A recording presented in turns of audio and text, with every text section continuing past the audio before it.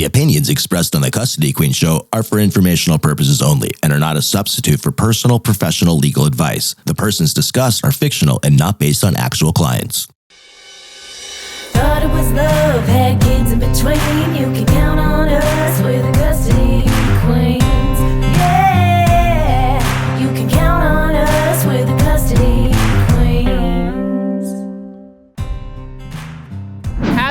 Happy Saturday, everyone. We are the Custody Queens. We have a very special guest today, Billy Bizzaro. Welcome, Billy.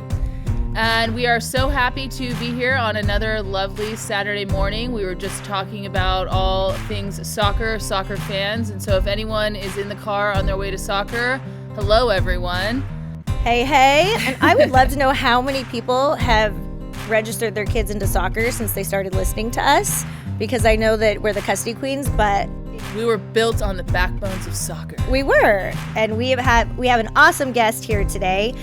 He's a good friend of mine. He's also a coach, and he's also the general manager of Legends. So we'll get into his story and kind of talk about youth sports in general and just get some tips, because, you know, there's a lot of crazy parents out there, myself included.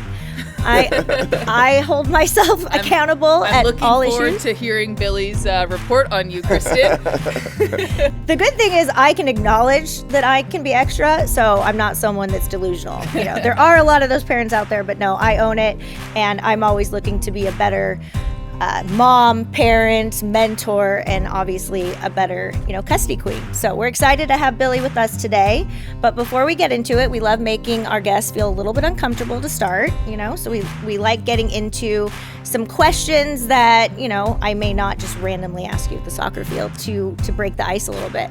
So here's our icebreaker for you, Billy, from our CQ Talk Box. What is your favorite thing about your job or career? The kids, the players, the youth, the enjoyment. They're the lifeblood of what we do and why we put so much time into this. They are. I mean, I've always said since the beginning of my career is that the kids are the future. And the more that we can mentor and develop and manifest positivity into their lives, the better, the future is going to be. And we won't bore you with the entire story, Billy, but I actually was hired by Kristen like 10 years ago with no experience because I played soccer. I had nothing else going for me. I will say it 1,000 times, is anyone that's played any sport at a high level, college, beyond, they are disciplined, they are relentless, they are hardworking, and they understand the process and not just looking at what is right in front of them, but the big picture. And that is so important when you're hiring an attorney, because if I just look at what's happening in your life right now and I don't think beyond for the next 10 years, you're going to be running back into court every 5 minutes. You're going to be spending thousands and thousands of dollars. So our job here, as custody queens and even parents, is trying to teach our kids to trust the process, whatever that is. If it's sports, if it's, preparing for college, whatever that is, even just being better humans, it's always looking at the big picture. I actually do think litigating is quite like soccer. Do you agree? Explain. Well, I just think, you kind of have that anticipation. Doesn't matter how much you prepare, how much you practice, you have that anticipation. There's like that, 10 seconds before a game starts where you're kind of like, okay, and then you get into it, you get in the groove of things. You have to really adapt to, the other side, what they're doing. Maybe there's a hiccup in there, you got to kind of tap dance. So, I think it's very, it translates well, I think. No, it does, because I always say the unknown is so much worse than actually just facing it. So when you're preparing for trial or some big test that you may have, or whatever the next big thing is in your career, fear can overcome you, and you're worrying about so much about the other opponent or what you can't control, weather, referees, or judges. Right. And you just got to be so prepared that no matter what you face, you're ready for everything. All right, Billy, I'm going to ask you another question because I feel like that one was too easy for you. Yeah, make them feel uncomfortable here. How do you handle conflict within a team? Address it head on. Communication is key, especially when we're doing with kids and when you're dealing with families. You're dealing with different dynamics. If you're not communicating properly, it could cause chaos, because the unknown, in my opinion, causes chaos because they're just looking for answers. So clear communication and addressing the situation right off the bat. Wow, that was another A+ answer, Billy.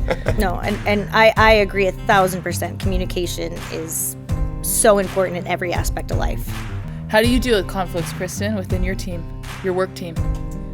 My work team. I address it head on too. I'm at the point where I think we have such a good team that I don't deal with too much conflict. But, we get clients at often in their worst, headspace, the worst time of their life, and then all of a sudden you get a bill and it may bring out other emotions. So we have to deal with very high conflict cases, high conflict opposing counsels, high conflict opposing parties, but avoiding the inevitable and avoiding talking and discussing and working through it, it just makes things 10 times worse, and it makes assumptions, and that is the worst. I agree. Yeah, I think for me, it's really important I agree with Kristen, it's really important to address everything head on. I do believe in timing.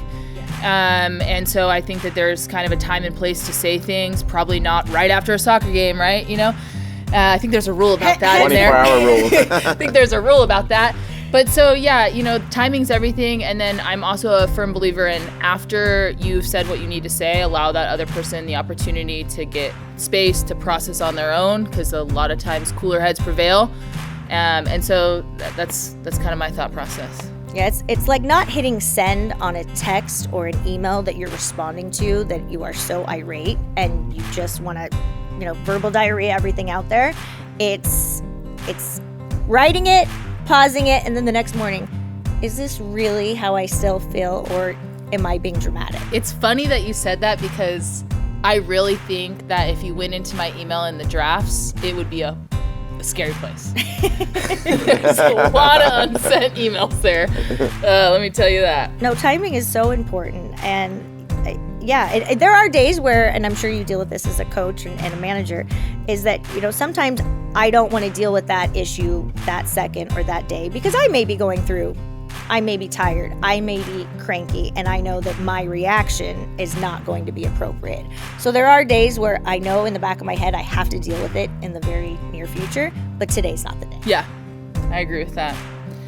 All right, Billy, so tell me a little bit about yourself. How did you get into soccer initially? Little Billy. Little Billy. I want to go to Little Billy. Little Billy the Tear. Just same as probably the majority of kids is AYSO. Yeah. Starting at 5 years old, going through all the cool names of the Brown Bears and the Red Dragons, and then Purple Pizzazz. Yeah, Oh, yeah. There's so many great names. But then, went into club like your daughter. My first club was a club called Chino Spirit in the local Chino area where I grew up. And then I moved to a different club called DBWV, Diamond Bar Walnut Valley Warriors, which Wow. is... It's a mouthful. Yeah. And then travel a little bit more in my later years in a club called the Flyers, California Flyers in La Cañada area. So, and then from there I went to Cal State Dominguez Hills to play. So that was my playing journey. Okay. But I always had a passion about working with kids and teaching and being most importantly, being a mentor for kids. And I don't think there's anything more powerful than molding our future. So got into coaching even when I was in college, and then just continued on that path. Very cool. Okay, and I know you were kind of one of the original founders of this great franchise that we talk so much about on our show, and we've had Jackie on our show, and we really just talked about a lot about the process of Legends and Josh and what a great guy he is, and he's a friend of mine as well. But tell us, what was it like when you started? I know it was so much smaller. I didn't even know Legends existed until literally a friend of mine said, I'm picking up Riley and taking her to try out for Legends. And I said, what's Legends? And that was 5 years ago. So yeah, Legends it's family. Even and my journey led me down different paths for a while. We started in 2007. Josh and I met up, and we both had smaller clubs. I was more on the boys' side. He was more on the girls' side. It was a club called Stampede, and his was Glendora FC. We were just continue to talk and build a relationship, and then we felt it was the right time to merge and create a club that we can provide for local players, not only in our certain areas, but the circumference areas, and expand more and really reach out to more kids and influence them in a positive way. And then you were there until... I was there for 2 years as we built it, two or three. I'm terrible with dates, sorry. And then on the boys' side, I was young, I was ambitious. I wanted to continue my coaching career. I wanted to move up, and leagues came into play and different things. So then I went to a club called the Cosmos. It was basically a branch from the New York Cosmos. They relaunched the brand. So it was a fully funded boys program in our area. So for us to be able to help kids and help especially the Latino community, which is sometimes the fees are very difficult, I felt it was the right move at that time for soccer in general, right? I wasn't, and again, chasing my dream of playing or coaching at the highest level. From there, I went to Cosmos, ended up going for 2 years, and then from there, I went to Galaxy. Okay, now tell us about what you did at Galaxy, and for everyone listening, this is LA Galaxy, and then they have an academy. Correct. Right, so explain that to all our listeners, because I didn't even know this existed either. A lot of this wasn't around when I played. It was slowly building, but I didn't even start playing club until I was like 10. I played with the boys until then. Me too. And then I think I was 10 when I started playing for Arsenal. Yeah, now it's like 3. I have a 2020 baby, and I'm just waiting for Billy to hit me up for a team. Except I don't know that anybody wants Hudson just yet. Bam, bam. We'll take them. Nowadays, we'll take them right when they're born. I always tell CJ, Coach Tarzan, he always says, I'm afraid of Hudson. And I said, he's going to be an animal. I'm just not sure if it's going to be good or bad. So tell us about Galaxy, the program that you guys have created for very, very talented, high-level boys. Yeah, it's a fully funded professional academy, right? So I started there as a coach. I went into U13s, then 14s, then 17s, then I went into more of managing the entire operation. But yeah, my time there was magnificent, wonderful people. For me, it's always about the people, and if you're working with good people and the kids, and I have so many fond memories. But yeah, in the beginning days from where I started, we were in a trailer and one field in the back, the famous field that David Beckham built, the Beckham field. We only had 2 teams. When I got brought in, we expanded our program into youngers, and then from there we went into a fully functional academy with a full-time school. And the kids were there from 8 in the morning till basically 5 at night, and trained twice a day, and just provided every resource we could to help fulfill their dreams of being professional players, and with a great backup of college, obviously. I was going to say, does LA Galaxy recruit from their academy? Does it feed into? Correct. It's the main purpose. So the main goal, the main resource is for them to get to the first team, right? Obviously, the percentages are very low for that, but that's why it was for the organization to put so many resources, so many finances into it. It was amazing. I mean, it's pretty incredible. So if a player is playing for the academy, it's fully funded? Correct. Wow. Correct. You don't hear that too often these days. Yeah. It is for a professional academy. I mean, the pro pathway, it makes sense for them, right? They have that model. Because at the end of the day, from contracts to everything else, it makes sense. It saves them money actually to have to go out and buy a different player. And if you can develop players, homegrown players, it makes sense from a fan base perspective, from an academy perspective, everything. It's kind of like hiring within and promoting within. I'm a huge fan of that as well, in developing the people underneath you. And I always say you got to remember the people that get you where you're at. That's something I try to live by every day. I started literally as a file clerk, throwing away trash, cleaning bathrooms for my dad when I was 15, 16, in between high school soccer and club soccer, and then just grow up. And I have probably, I know we close to 80 employees right now, and I would say 30 of them have been there 10 years or more. We have people going all the way up to 22 years, but it's so much easier to develop it, and the loyalty, and you just feel safe as a manager when you grow these people and you help develop them, and then they stay with you for the long run. There's that trust factor that you don't get from hiring someone off Craigslist. But I think we got Sam off Craigslist. Guys, I literally got the job from Craigslist. 100%. One of my biggest joys when the players would come back after they even graduated through our program and went off to college, whether it was for looking for a job, or we'd always look to hire those athletes. Like you mentioned earlier, we know their work ethic. We know what they know how to work within a team. They have high standards in everything they do. So that was the people that we were building. And it's a great feeling when they come back and ask for advice or want a job, or that brought me the biggest joy. And your son went there too, right? My son went there as well, yes.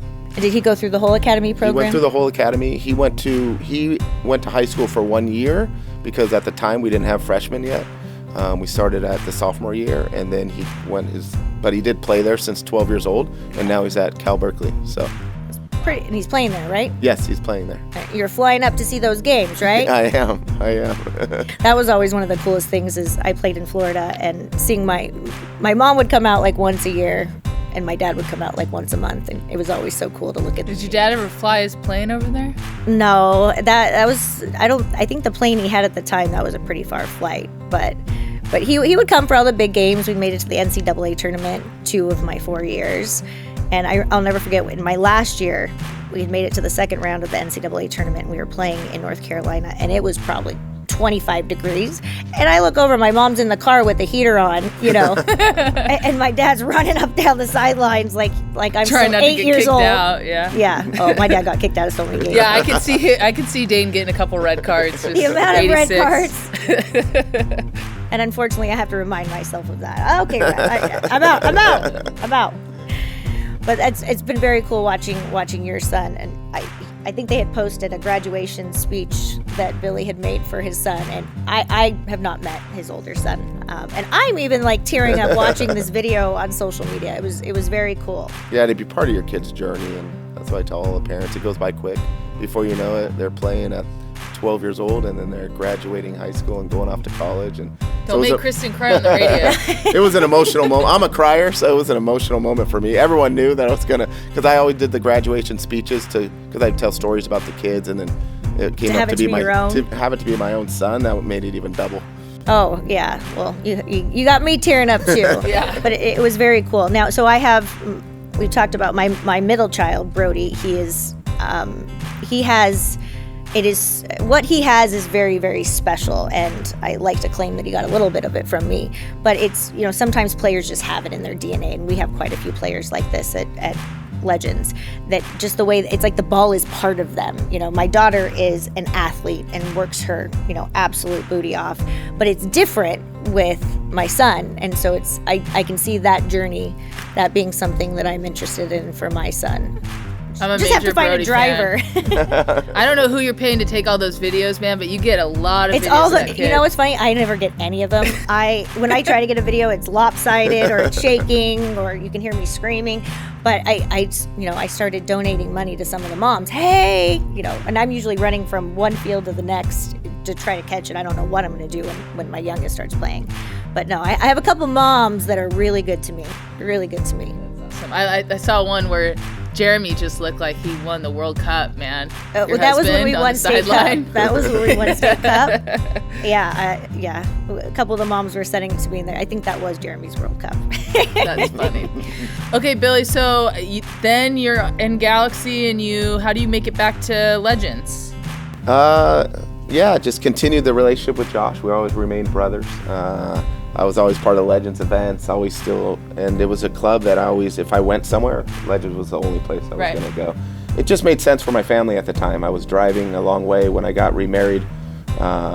We ended up settling in close to Norco, in a city called Harupa Valley, which is close. So I was doing the drive for 4 years of 2.5 hours there and back, so 4 to 5 hours a day. Yeah, and it was just time for my family. My son had graduated through the program. I felt it was in a great place. The school was established there. I had a long, great career there, and I just felt like it was time to come back home. And the next steps of my career. And there was a tough transition, like being from a professional level to going to club soccer. But Legends FC is such a professional ran club, and with big picture programs and goals and dreams of even aspirations of having a professional club there. So all this, and you can still, I affected, say, 7-8 teams. So what is that? In our high school, we had 50 kids. So if I can go to Legends FC and maybe affect thousands of kids, it's definitely a lot more than 50. Yeah. I think there's 6 2014's teams. Wow. At the end of the day, it's the core of what I've talked about. It's about, impacting kids' lives. So, there's more there. So it sounds like you kind of already answered this, but my next question is, so what makes, Kristen's always raving about Legends, but what makes it different? Why should people go to your club? The care, the people. I always go back to the people, the coaches, the staff that put so much time and effort and grind every single day, and it's all about the kids. It's all about how do we enhance the program, how do we do more for the kids, how do we help them reach their potential, how do we help them reach their goals, how do we add programming. So everyone has the mindset, everyone's has the same vision, the same philosophy. We're all going in the same direction, and it's exciting. It's exciting times for youth soccer. Yeah, I feel like Kristen literally lives on the soccer field at this point. I've jokingly talked about getting a Sprinter van and parking it at Silver Lakes. I think it's a great idea. You got the bathroom there, but I have a love-hate with youth sports the way it is now, because I feel like it's so competitive. And I think that's a good thing. I mean, what I look at some of these kids can do, for instance, at my son's age 5. I mean, he started playing at 4.5. I took him out for training and he just got it. But I see I always say the busier you are as a kid, the better. And that's why my parents had me playing soccer 5 days a week. And I think it did good. It was good for me. And I think it was good for you, Sam, and you too, Billy. But I also think that some of the competition can be unhealthy at times, and I think it's important, and I've had to go through this too, is to recognize as parents that sometimes you may have to pull back a little bit and remember that the kids are kids, and that you can't compare your child to someone else's child, and that when you're looking at your 7 or 8-year-old, for instance, kids, someone told me all the kids, they pop at different, if you have a bag of popcorn, all the different kernels pop at different rates, right? Some pop right really when you hit analogy. start. Some are, the last in the bag. Some kids are very visual. Some kids are, they're more auditory. And kids develop differently. And that is something that I think you as a parent have to recognize what is best for your child. And I try to explain that to parents when and this was even me 4 years ago, going, oh, my kid is a Flight 1 player. She's 6, right? I am a college player. I am very successful, and my kid's a Flight 1 player. But then when you really start processing this as a parent, you're like, it's like when I hire someone. Do I care where you went to law school if you passed the bar? No, I don't. If you pass the bar and you impress me in an interview, then you're going to get to the next level. There are a lot of very, very, very smart attorneys that probably go to a top-tier law school that are horrible public speakers. And so for me, I don't really give much to where people went to law school or even how many times they took the bar. If you're sitting in front of me as a licensed attorney, I'm going to judge you of what I see. And that's what I try to explain to parents is nobody is going to ask you what flight your kid played when they were 8 years old if they're advancing. There's a lot more to the puzzle of development. Are they mature enough to be at a certain place? Do they need more one-on-one? Do they need playing time? Is that more important than playing, for a different team? There's so many factors. Yeah, I'm no coach by any means, but I'm a firm believer in playing time, right? Especially when you're a child. I mean, obviously you're going to be out and in depending on your position, but you kind of want to get in there and rumble and figure it out. That's how you're going to figure it out. So if essentially your child's not at a level where they are thriving, you have to balance, well, are they not thriving but they will because this is the competitive area they need to be in, or are they going to maybe grow a little somewhere else? So what's your advice, Billy, to parents that might have been in the situation I was in 3-4 years ago, where I always joke, it is your first kid. You're very different with your first child, right? Because now I'm like, CJ's like, you're so easy, my Brody's coach. I'm like, honestly, I have no energy to deal with a lot much anymore. But what's your advice to the parents when they're super caught? And this applies to everything, guys, right. Not just soccer. This is school. This is, this is any sport. This is if they do, theater or acting, applies to everything. But what's your advice to those parents? It's their first child or maybe their second child, but they're still trying to push something that their child may not be ready for. Yeah, my biggest advice is calm down. It's a long journey. Trust the experts. And a lot of parents, and maybe we all get caught up in this, we're trying to living vicariously through our kids in some way. We want them to have that same success or that same journey, but they're on that own path and they have to enjoy it. If they're going to develop and they're all developing, like you said, on different rates and different times, and trust that process. I know a lot of people say that, and but it's true. And this kid may be ready for a higher level at this time, it just maybe physically or mentally, like you said, and this player needs to maybe stay at this level because that's where they're going to grow. But you have to be enjoying the sport. When kids are going to develop the best when they're really enjoying something, right? And like you said, playing the games and getting minutes and enjoying the field time. Trainings, I look at it like trainings, your build up for the game, and the game is their time to really enjoy and show themselves and try to put into place what they've learned through the week. And a lot of people take the enjoyment out of the sport, and that's where they go wrong, because kids need to enjoy it. It can't feel like a job. 1,000%. And I've gone through that. My daughter played 2 sports for 4 to 5 years, and I kept saying this in my head. I'm like, this is not healthy. This is not healthy. She's training 7 days a week. And Riley is not a complainer. She's just not. She's one of those kids that will go out and work her butt off. But I got to a point where I could see that it wasn't that same joy, and I think she was just burnt out. And I had her make a decision this year. In the back of my head, I'm like, this really isn't a decision, but I'm going to let her make it. And she made it 1,000% on her own. And she said, Mom, soccer's my passion, and I just can't do it anymore with the 2 sports. And what a difference I have seen in the last 3 or 4 months when I felt like she was just kind of going through the motions because she was tired. And I stopped seeing the light. I stopped seeing her have the joy. And so I think you're 1,000%, and when I think kids are doing it because their parents are forcing them to do it, or the extra training, or they think that they have to do this because so-and-so's doing this. There's a huge fear of missing out these days. And even as parents, we feel like we're dropping the ball for our kid if you're not doing it. Because there's social media. You see so much out there and the kids active all the time, but there's nothing more important than family time, and there's nothing more important than taking that day and just freeing your mind from the sport so you can come back and be re-energized again and really put your full efforts in. And it's okay. Parents come to me all the time, we have a vacation, what are we going to do? I said, go on vacation with your family. You're not going to get these moments back.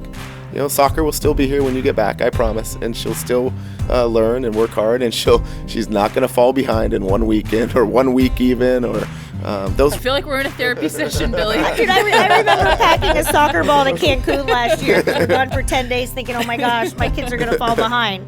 But it's funny because one of Billy's very good friends, Matt Evans, one of the very integral pieces of Legends is my daughter's coach, and I can't say enough positive things about him. I know I drive him crazy, but we have a love. We love each other in a very platonic way. But he's reminding me of how important family time is, and when you're on the go so much, and this is for every parent, life is so crazy these days, and if you have multiple kids and you have parenting schedules and you're exchanging kids and depending on where you work and you have a commute, it is so important to really make that time. And I would say for the last 6 months I wasn't doing that. And Sam said to me not too long ago, she goes, Kristen, you don't have any downtime. You have 0 days to unplug, because my weekends are almost busier than my work weeks sometimes. And we had the first full weekend off of no soccer in almost 6 months.